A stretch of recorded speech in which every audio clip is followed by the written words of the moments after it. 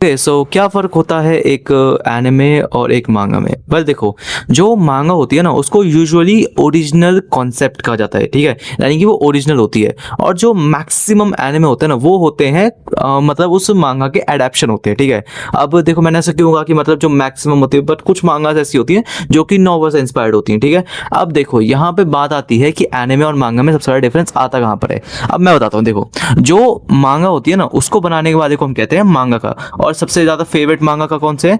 Voda sense हो गए, Akira टोरियामा sense हो गए, गोट रिप गोटेड लेजेंड, ठीक है? अब सुनो मेरी बात सुनो।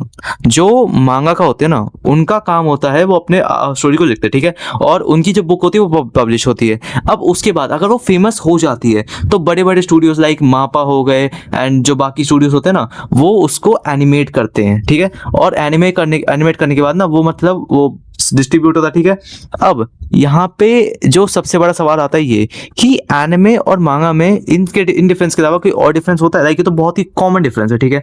हाँ, एनिमे और मांगा में जो सबसे बड़ा डिफरेंस होता है वो होता है सेंसरशिप, ठीक है? अब तुम वन पीस देख लो या फिर तुम नारुतो, ड्रैगन बॉल, ये जो एनिमे है ना इनमें बहुत सारे सेंसरशिप हैं, ठीक है? अब हमें तो पता नहीं क्योंकि हमने मांगा पढ़ी नहीं है, बट जो लोग मांगा पढ़ते होंगे और जो लोग एनिमे देखते होंगे उन्हें पता होगा कि भाई कुछ कुछ ऐसे सीन्स होते हैं जिनको कट किया जाता है और कुछ कुछ चीज़ों को चेंज भी किया जाता है। तो हाँ, तुम्हें मांगा में तो तुम्हें बिल्कुल सेंसरशिप मतलब बहुत कम देखने को मिलती है, बट जो एनिमे होता है तुम्हें उसमें ज़्यादा सेंसरशिप देखने को मिल जाता है।